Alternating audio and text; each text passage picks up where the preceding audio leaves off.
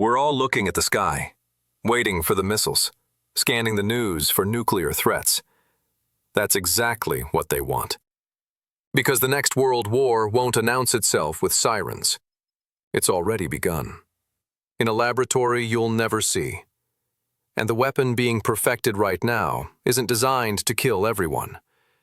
It's designed to kill only you. Your DNA is the target. Your bloodline is the bullseye. And you've already given them the map. Let me show you how we got here. For decades, biological weapons were crude. Anthrax, smallpox, plague. They were the sledgehammers of warfare. Devastating, yes, but catastrophically stupid. Release a virus, and it doesn't care about flags or allegiances. It kills your own soldiers. It spreads to your own civilians. It's a grenade in a phone booth. That was the problem. Bioweapons were too democratic. They killed indiscriminately. But what if you could change that? What if you could engineer a pathogen that reads genetic code like a scanner reads a barcode? What if you could design something that enters a room of 100 people and only kills the 10 who share a specific ancestry, a specific mutation, a specific genetic signature? This isn't theoretical anymore. CRISPR technology, the gene editing tool that won a Nobel Prize in 2020. It's made this horrifyingly simple. Scientists can now cut and paste genetic code with the precision of a word processor. They can target specific sequences, specific populations. The shotgun has become a sniper rifle. And the terrifying part? The technology is dual use. The same tools being used to cure genetic diseases can be weaponized to cause them. The line between healing and killing is now just a matter of intent. A change in the code, a shift in purpose. Someone, somewhere, is writing that code right now. The question isn't if genetic weapons exist.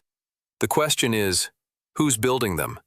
And who have they already marked for death? Now let me show you how they got the ammunition. Think about the last 10 years. Think about how we voluntarily surrendered the most intimate information about ourselves, our genetic blueprints, for the price of curiosity. 23andMe, ancestry.com, MyHeritage.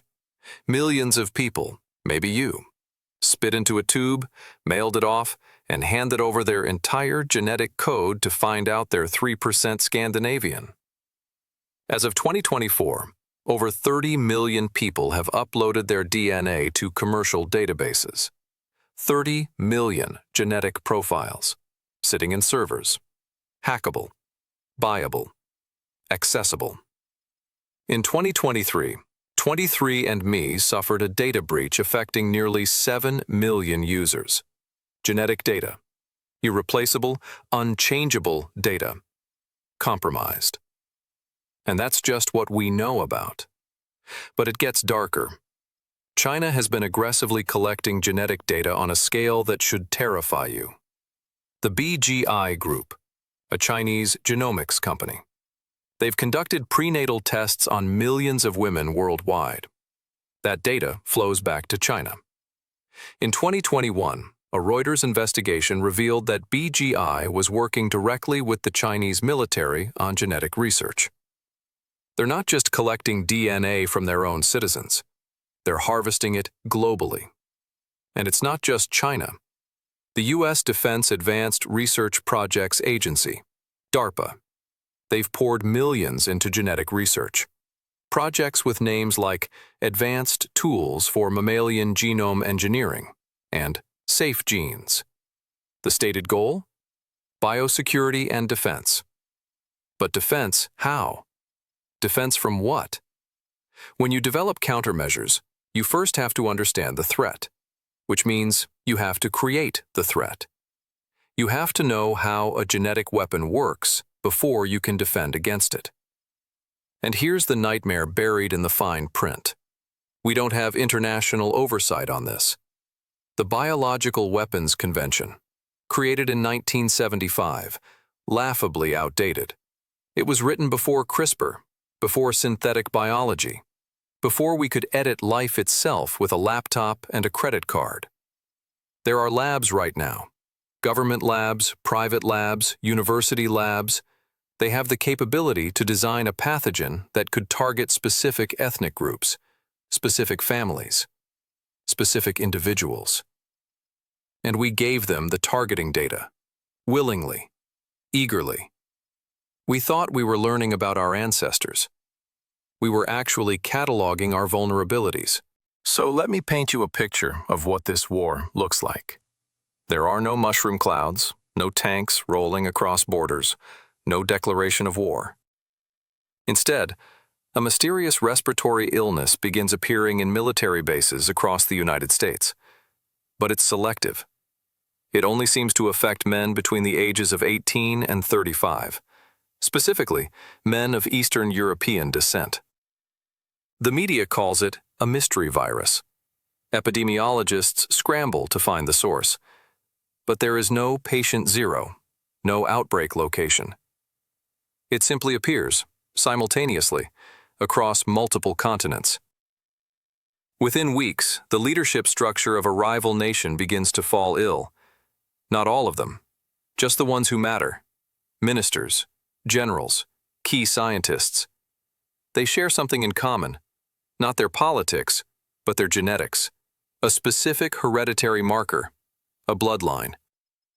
And the weapon? It was delivered months earlier, in a shipment of medical supplies, in contaminated food products, in aerosol form released at an international conference. By the time the symptoms appear, the source is untraceable. This is what genetic warfare looks like. There are no front lines, no soldiers, no visible enemy, just a silent culling, a targeted plague. And the psychological horror is deeper than the deaths themselves. It's the realization, the understanding that you cannot hide from a weapon that hunts your DNA. You can't outrun it. You can't build a bunker against it, because the vulnerability is inside you, coded into every cell of your body. Your genome is now your greatest liability. And there's no defense, because by the time you know you're being targeted, you're already infected, already dying, already erased. This is the war we're not preparing for, the war we don't even have language for yet. But it's coming, and the targeting parameters are already being programmed. Pandora's box isn't just open. The lid was torn off years ago. The technology exists. The data has been collected. The capability is here. And history teaches us one unbreakable law. If a weapon can be built, it will be built. If it can be used, it eventually will be used. We spent 70 years living under the shadow of nuclear annihilation. We built bunkers. We held drills. We knew what to fear. But this is different. Because you can't see it coming. You can't protest against it. You can't march in the streets demanding your DNA be protected when the harvest already happened, while you were busy posting vacation photos. The weapon that hunts your DNA isn't science fiction. It's the next chapter, and we're all written into it. If you want to stay ahead of the threats they don't want you thinking about, subscribe. Because the wars of tomorrow won't be fought where you're looking. They'll be fought in the invisible spaces, in the code of life itself. And your genetic signature just made you a target.